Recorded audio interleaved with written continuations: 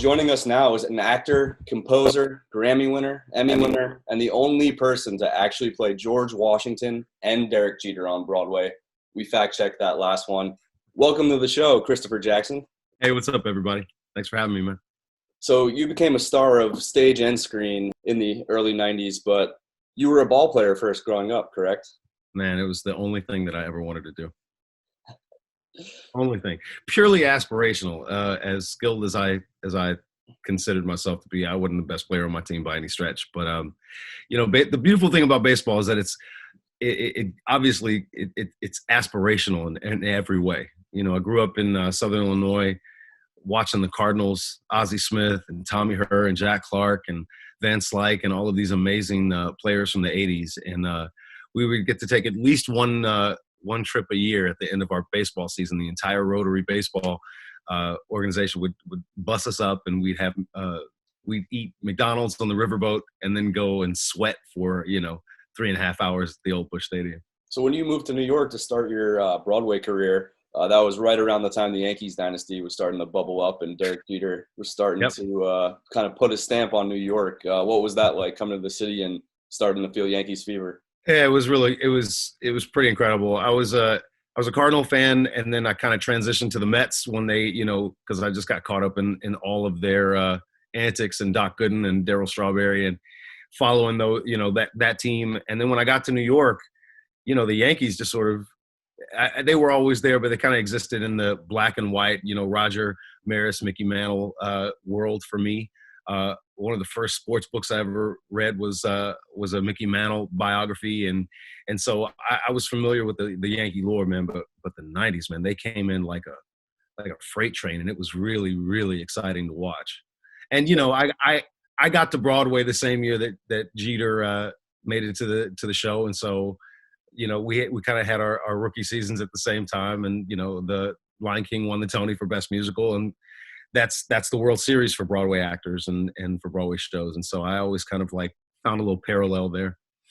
So in 2014, you actually got to play Derek Jeter on Broadway in the show Bronx Bombers. Can you tell us a little bit about how you got the role and kind of how you prepped for it? That show was sort of like a Yankee Fever dream. It also coincided with, Jeter being out for the year with a torn Achilles. And so for me, it was sort of, it was bittersweet in that I think for all of us in the production, you had, Babe Ruth and Joe DiMaggio and Derek Jeter. You had all of these and Reggie Jackson. You had all these personalities that were sitting around a table having this crazy dinner, all as a part of Yogi Berra's, fever dream. And it was pretty incredible. We got to meet, at the opening, there were so many of the Yankee greats, they rolled out, and Ricky Henderson was telling stories and, signing autographs in the lobby. We had one of the World Series trophies in the lobby. It was pretty amazing. And we got, I think the coolest part outside of just the production itself was being able to go to Yankee Stadium and being able to get behind the door a little bit and see behind the curtain and see just what kind of an organization that it's been and what it's grown into, how they celebrate their veterans, their former players, and how that all kind of folds into, the lore that is the Yankees, besides winning a whole lot of baseball games. So obviously being in Hamilton, you must have met just some incredible people behind the scenes, but from doing that Yankees play, was there a player that you got starstruck meeting? I didn't meet Jeter while I was in the show. He came to the show about, I want to say maybe a couple of months after I left. And the stage manager knew how big a Jeter fan, I've always been. And, I talk about him a lot. And the stage manager calls me up and says, "Hey, by the way, Jeter's here tonight." I got in my car with my jersey from the Bronx Bombers show. I go down to the theater. Mind you, I'm not in the show. I walk up to him and I'm like, "Yo, man, I know this is going to sound crazy. You don't know me. I was in the show, but now I'm not in the show. Oh, and by the way, I played you on a Broadway show." And there's a lot of information for anyone, I would imagine, to take it. But he just kind of looked at me sideways and was like, "Oh, okay." And he signed the jersey, which is great. I have it, framed in my studio. But that was kind of a surreal moment. So while playing Jeter, were you able to get the swing down, the jump throw? What were you able to? We did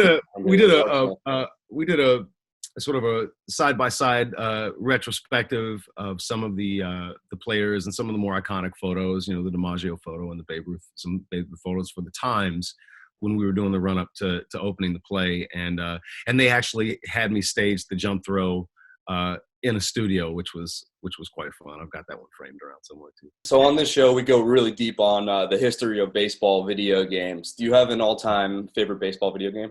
So RBI was obviously, I came up late 80s, early 90s, and, I pined for a Nintendo for it seemed like forever before I finally got one. And RBI was the first game that I got. And so to say that I played that for probably 8 months every single day for hours would be an understatement. I just lived for it. And then just as the development of games, grew, I want to say maybe it was like 07 where I got a PlayStation and the first game I bought was the show. Cause baseball games was kind of my point of reference. It wasn't first person shooters. I did the Grand Theft Auto thing, but it was really like, do I have the stamina to like start off in the minor leagues and just suck as a minor league player? The whole construct of that was fantastic to me. And I stuck with it for a while, but once you have kids and a real job and a career, it becomes a lot harder. Yeah. These guys are playing in the Players League right now, which has been a lot of fun to watch, and we're talking about it a lot here on the show. But these MLB players, they do still have a lot of time on their hands. So right now, I want you to sit in the director's chair for a moment. Can you cast us a touring version of Hamilton using only major league players? Holy smokes. Well, it would probably, Jeter would probably play G-Dubs. I think, it takes a certain amount of the way that he comports himself, the way he comported himself, known to all, but really known personally by a very few, being very cautious and circumspect about the words that he uses and the context in which he uses them in. I think that there's we call it, it's kind of like that throwback player, the sort of that strong, that silent sort of in the clubhouse kind of leader, lead by example, play through injuries, play through pain, play through, personal issues, whatever. There are a lot of, I think, a lot of traits that you could draw a comparison to. God. So Jefferson would probably be, either a shortstop or, loudmouth center fielder with lots of opinions and, a bat that is too good to deny. Mulligan would probably be our first baseman because you just need a masher. You don't have to be good at anything else but hitting the baseball.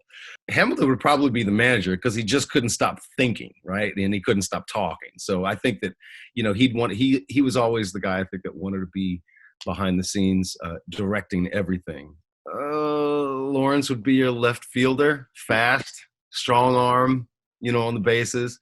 Burr is probably going to be a pitcher, always close to the vest, always, looking for a way to, gain an advantage, be it a little Vaseline on the tip of the cap or, a emery board in the belt, and would probably mow you down, while you were standing out of the box. He'd probably throw it at you out of the box.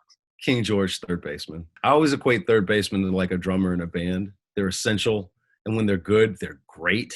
And when they're not good, they think they're great. I don't know if that rounds out 9, but that's certainly a good stab at it. I think that was perfect. Was there a Broadway softball league you guys were playing in during? Yeah, man, heck yeah. Yeah, there was. And I was in it. Yeah. I was in it as long as I could be. Yeah. When I was doing it in the Heights, we had a pretty good team there for a few years. And then, I had outside gigs that just kept competing with that. When you're doing 8 shows a week in a Broadway show and writing music for a TV show, it can get a little busy. So those Thursday morning games, though, how's Lynn's surprisingly softball game? Competitive. What's that? How's Lynn's softball game? Lynn's one of the best writers in the world, man. Yeah. What about softball? Lynn's one of the best writers in the world, man. What about David? How about David? The Hamilton team was a little. I didn't play as much with them, certainly as much as I wanted to. But I've never been busier. I mean, with the press availability and recovery from doing that show. That show was hard to do. And tipping over the line of 40, man. Those Thursday mornings after a 2-show day on Wednesdays get a little dicey. So I didn't make as many games. Because my problem is that I only know how to play, baseball, softball. I only know how to play one way. I play really hard, and I do really stupid things when when you rely on your body to actually make a living. So diving for a ball is not something that I'm not trying to like toot my own horn because it'd just be ridiculous, but I will dive for a ball. Whether I get it or not, I'm still going to dive for it. And then when I have to go, do a show, doesn't always work, especially when you got a neck thing or a back thing or a knee thing. It's always, it creates some problems. Especially when you got a Hamilton doubleheader coming up. Exactly. Yeah. What are you working on? Where can they find you next?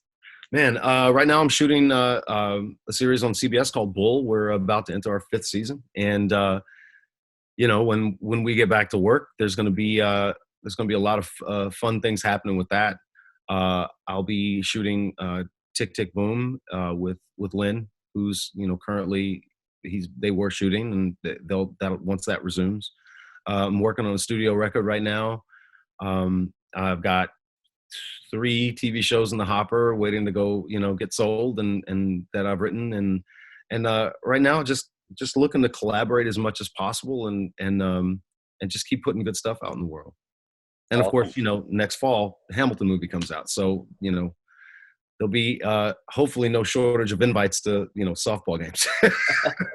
You're a busy man. Thank you so much for taking the time to talk about us here on MLB The Show, and hopefully we'll have you back on at some point. And I can't wait for the season to start when it's safe.